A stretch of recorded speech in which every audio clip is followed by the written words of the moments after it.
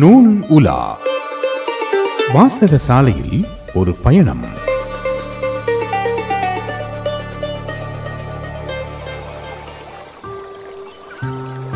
ஒரு நூல் இதயத்திலிருந்து வெளிவந்திருந்தால் அது மற்ற இதயங்களுக்குள் போவதற்கு வழி செய்து கொள்ளும்.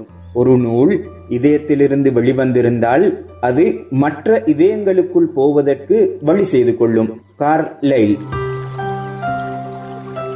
நேர்களுக்கு அஸ்ஸலாமு அலைக்கும் வரஹ்மத்துல்லாஹி வபரகாத்துஹு.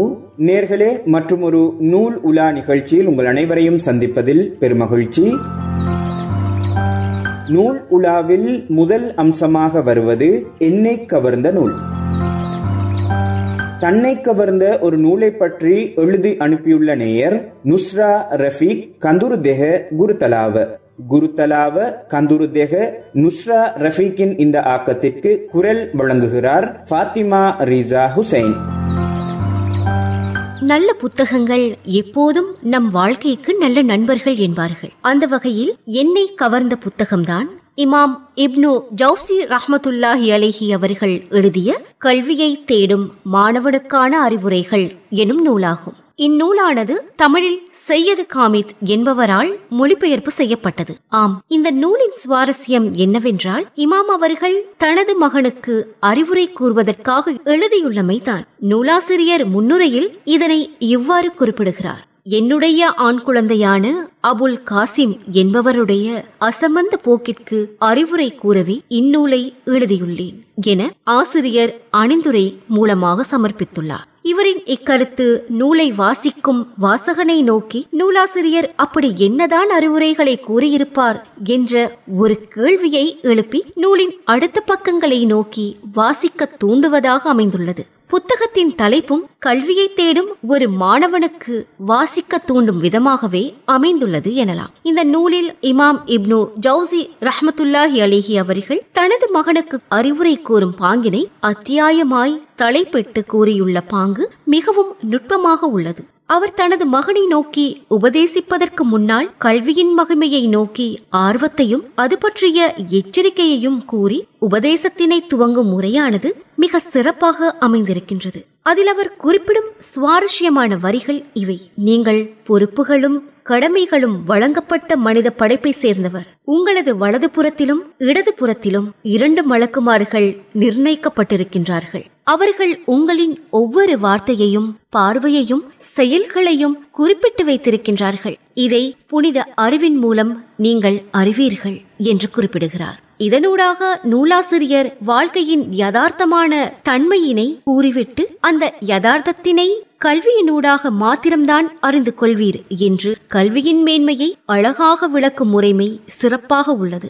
இவ்வாறு நூலாசிரியரின் ஒவ்வொரு வரியும் பொருளை கொண்ட பெருமதியான வரிகளாக அமைந்துள்ளது. மேலும் இந்நூலில் அவர் ஒரு மனிதனின் வாழ்வியலின் கடமைகள், கடப்பாடுகள், செயல்கள், செயலொழுக்கங்கள் மற்றும் உயர்ந்த முயற்சியினை எவ்வாறு மேற்கொள்ள வேண்டும் என்பதனை அல் குர்ஆன், சுன்னா மற்றும் சஹாபாக்களின் வாழ்க்கை சரிதங்கள் போன்ற வழிமுறைகளின் ஊடாக வாழ்க்கை நெறிமுறைகளை எடுத்துச் சொல்லும் நுட்பம் மிகவும் சிறப்பாக அமைந்துள்ளது. இந்த புத்தகத்தின் மைய பொருளாக வாழ்வின் உயர்ந்த லட்சியம் என்ன, அதனை எவ்வாறு அடைய வேண்டும், மனிதனானவன் நல்லொழுக்கமுள்ளவனாக எவ்வாறு மாற்றிக்கொள்ள வேண்டும், பண்பாட்டுடன் கூடிய பண்பான அறிவை எவ்வாறு பெற வேண்டும் என்பன போன்ற விடயங்கள் செய்தியாக சொல்லப்படுகின்றன.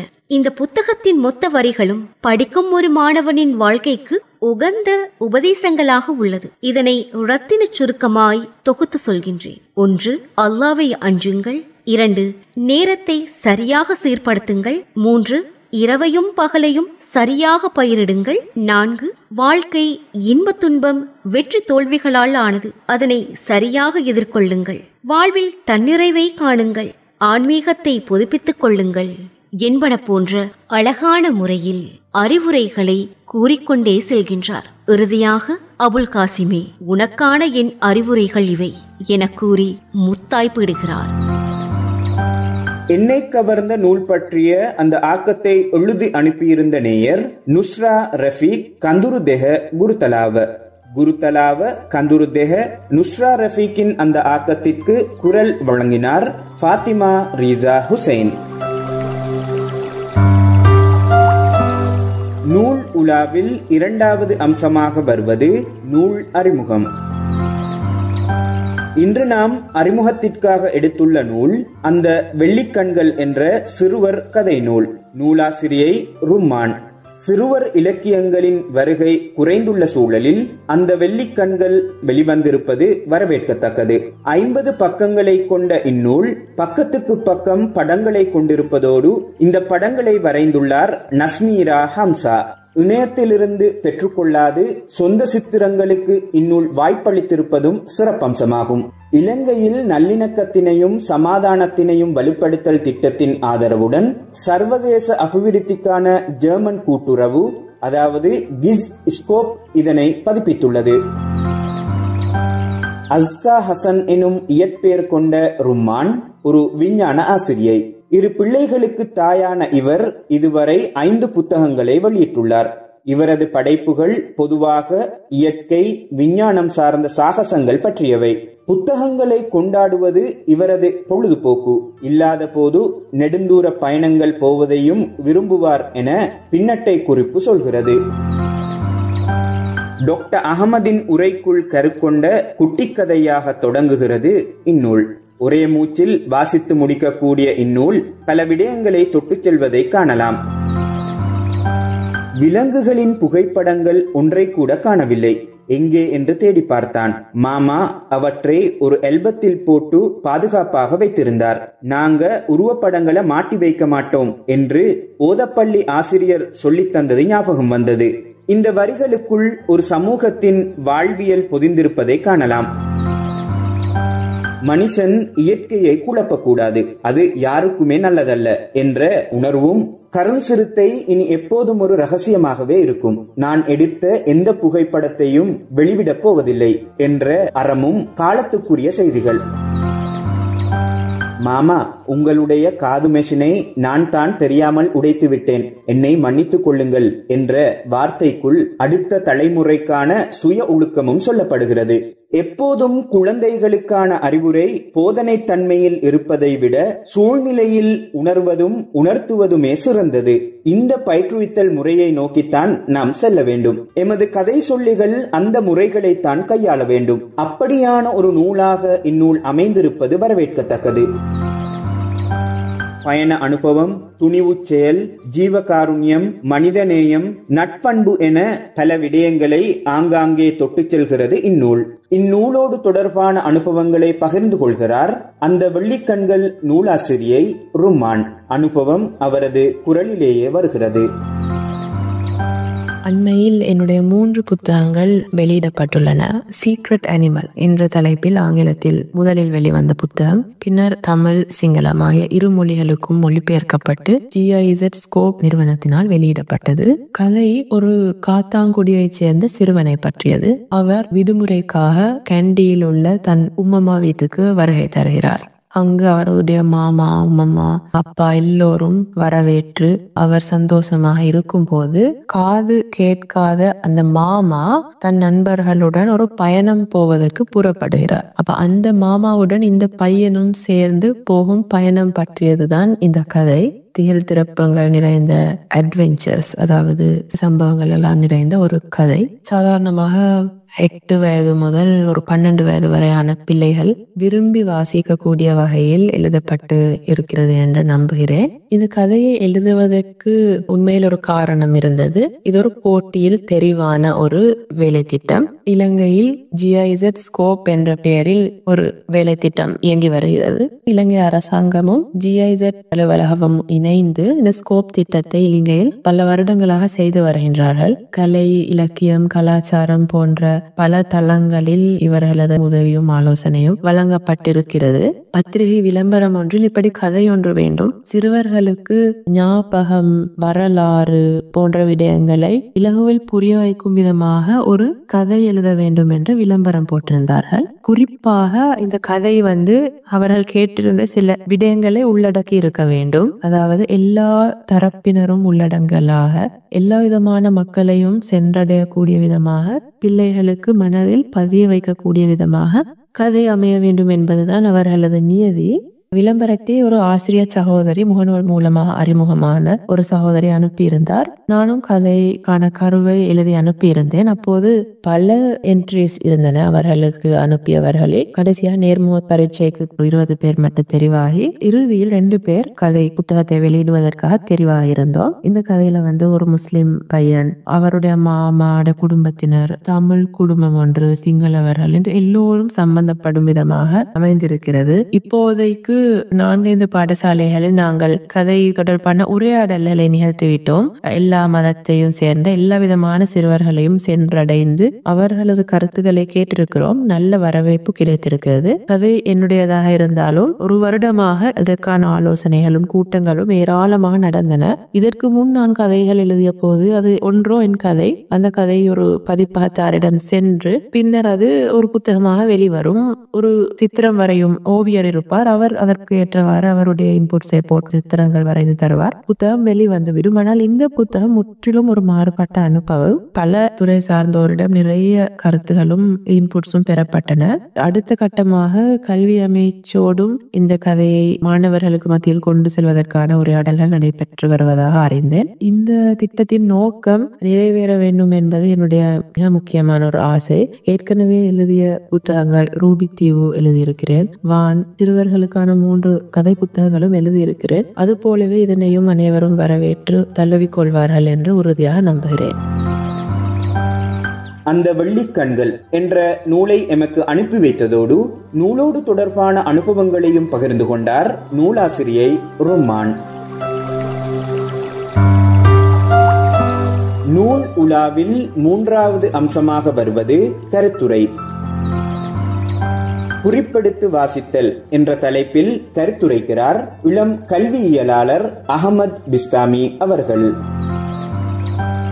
வாசிப்பை பொறுத்தளவிலே மிக முக்கியமான ஒரு விடயமாக கருதப்படக்கூடிய ஒன்று தான் learning to read by reading.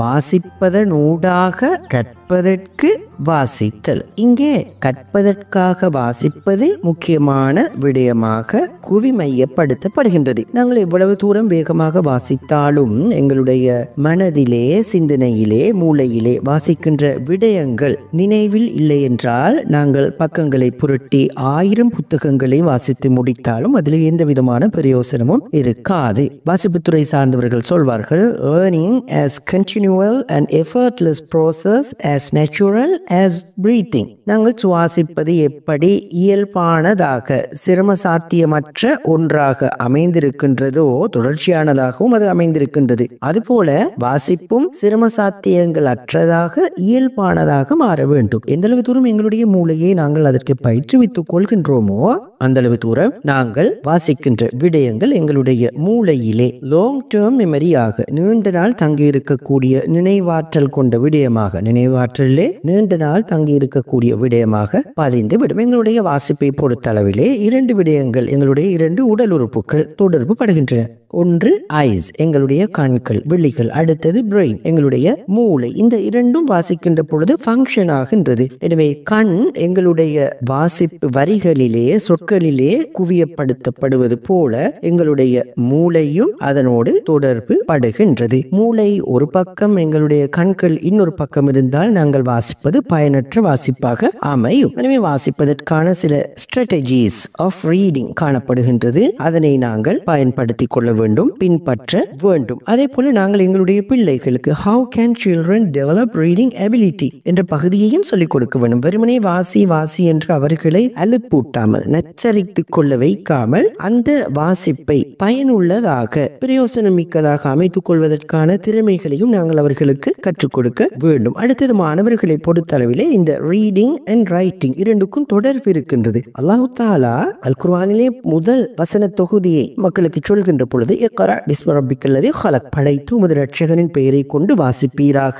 என்ற அந்த வசன தொடரிலே இக்ரா வரப்புக்கல் அக்ரம், உங்களுடைய இறைவன் கண்ணியமானவன், அவன் பெயரை முன்னிறுத்தி நீங்கள் வாசியுங்கள். அல்லதி அல்லம பில் கலம், அவன் தான் எழுதுகோலை கொண்டு உங்களுக்கு எழுத கற்றுக் கொடுத்தான் என்று. எனவே வாசிக்கின்ற பொழுது வரக்கூடிய புதிய விடயங்கள், தெரியாத விடயங்கள், தெரியாத சொற்கள் கூட, புதிய வொக்காபுலரி கூட எங்களுக்கு வரலாம். எனவே அவற்றை நாங்கள் குறிப்பெடுத்து எழுதி பாடம் பாடமாக்க வேண்டும். அதனோடு தொடர்பான விடயங்களையும் நாங்கள் கற்றுக்கொள்ள வேண்டும். எனவே இது எங்களுக்கு பயனுள்ளதாக இருக்கின்றது. வாசிக்கின்ற பொழுது நாங்கள் குறிப்பெடுத்துக் கொள்வதற்கு இது முக்கியமாக இருக்கின்றது. நாங்கள் வாசிக்கின்ற புத்தகம் எங்களுடைய சொந்த புத்தகமாக இருந்தால் அதிலே அண்டர்லைன் பண்ணி கொள்ளலாம். எங்களுக்கு பார்த்த உடனே தெளிவு வருகின்ற வகையில் அண்டர்லைன் பண்ணி கொள்ளலாம், ஹைலைட் பண்ணி கொள்ளலாம், அல்லது போல்ட் பண்ணி கொள்ளலாம். நாங்கள் வாசிப்பது இணைய வழி வாசிப்பாக இருந்தால், அது வேர்ட் டாக்குமெண்டாக இருந்தால் அதிலே நாங்கள் வித்தியாசமான டிஃபரண்ட் கலர்ஸ்களை யூஸ் பண்ணி அதிலே ஹைலைட் பண்ணி கொண்டால் நாங்கள் வாசிக்கின்ற பொழுது அந்த பகுதி ஃபோக்கஸாக அமையும். எங்களுடைய கன்சன்ட்ரேஷன், எங்களுடைய ஃபோக்கஸ், எங்களுடைய அட்டென்ஷனை அது அதிகரித்து விடும். அதே போல எங்களுடைய வாசிப்பு மீனிங்ஃபுல் ரீடிங்காக இருக்க வேண்டுமாக இருந்தாலும் கூட நாங்கள் கட்டாயம் குறிப்பெடுத்து வாசிக்க வேண்டும். நாங்கள் வாசிக்கின்ற விடயங்கள் ஷார்ட் டேர்ம் மெமரி என்ற அடிப்படையிலும் லாங் டேர்ம் மெமரி என்ற அடிப்படையிலும் எங்களுடைய மூளையிலே பதிவாகின்றது. சில விடயங்கள் நாங்கள் விரும்பாமலோ அல்லது எங்களை அறியாமலோ ஷார்ட் டேர்ம் மெமரியாக இருந்து உடனடியாக மறந்து போய்விடும். ஆனால் லாங் டேர்ம் மெமரி நிரந்தர நினைவிலே அது தங்க வேண்டுமாக இருந்தால், எங்களுடைய அட்டென்ஷன், எங்களுடைய அவதானத்தை பெருக்க வேண்டுமாக இருந்தால், அது மீனிங்ஃபுல் எவர்லாஸ்டிங் டேஸ்டை, என்ஜாய்ஃபுல்லை தர வேண்டுமாக இருந்தால் கட்டாயம் நாங்கள் குறிப்பெடுத்துத்தான் வாசிக்க வேண்டும். பாடசாலை மாணவர்களாக இருந்தால் இது மிக முக்கியமாகின்றது. பரீட்சைக்கு தயாராகின்ற பொழுதும் கூட குறிப்பெடுத்து வாசிக்க நாங்கள் பழகி கொண்டால் எங்களுடைய வாசிப்பு அர்த்தமுள்ள வாசிப்பாக, பயனுள்ள வாசிப்பாக நிச்சயம் அமையும். குறிப்பெடுத்து வாசித்தல் என்ற தலைப்பில் கருத்துரைத்தவர் இளம் கல்வியியலாளர் அகமது பிஸ்தாமி அவர்கள். நூல் உலாவில் அடுத்து வருவது புத்தக பரிசு வழங்கும் இன்றைய வினா. ஹாரி பாட்டர் என்ற நூலை எழுதியவர் யார் என்ற கடந்த நிகழ்ச்சியில் கேட்கப்பட்ட வினாவுக்கு JK ரோலிங் என்ற சரியான விடையை பலரும் எழுதி அனுப்பியுள்ளனர். அவர்களுள் குழுக்கள் மூலம் வெற்றியாளராக தெரிவு செய்யப்பட்ட நேயர் MF ஃபசீஹா, அன்சார் மன்சில், கொச்சிக்கடை அன்சார் மன்சில். MF ஃபசீஹாவுக்கான புத்தக பரிசு தபாலில் அனுப்பி வைக்கப்படும் என்ற செய்தியோடு இன்றைய வினாவுக்கு வருகின்றோம். இலங்கை வானொலி எப்போது தொடங்கப்பட்டது? இலங்கை வானொலி எப்போது தொடங்கப்பட்டது? இந்த வினாவுக்கான சரியான விடையை தபால் அட்டையில் எழுதி அனுப்புங்கள். புத்தக பரிசை வெல்லுங்கள். வாசகர்கள் உங்களை கவர்ந்த நூல்களை பற்றி எழுதி அனுப்பலாம். எழுத்தாளர்கள் உங்கள் நூல் பிரதிகளை அனுப்பி வைக்க முடியும். வெளியீட்டாளர்கள் புதிய நூல் வெளியீடுகள் தொடர்பான தகவல்களை தெரிவிக்கலாம். நூல் உலா, தயாரிப்பாளர் முஸ்லிம் சேவை, இலங்கை ஒலிபரப்பு கூட்டுத்தாபனம், தபால் பெட்டி இலக்கம் 574, கொழும்பு 7. மின்னஞ்சல் முகவரி slbcmuslimservice@gmail.com.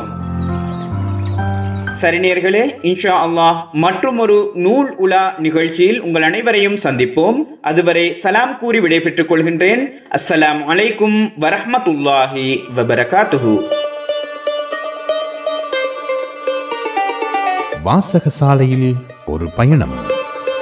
நூல் உலா கேட்டீர்கள். நிகழ்ச்சி தயாரிப்பு இஸ்பஹான் ஷாஃப்தீன்.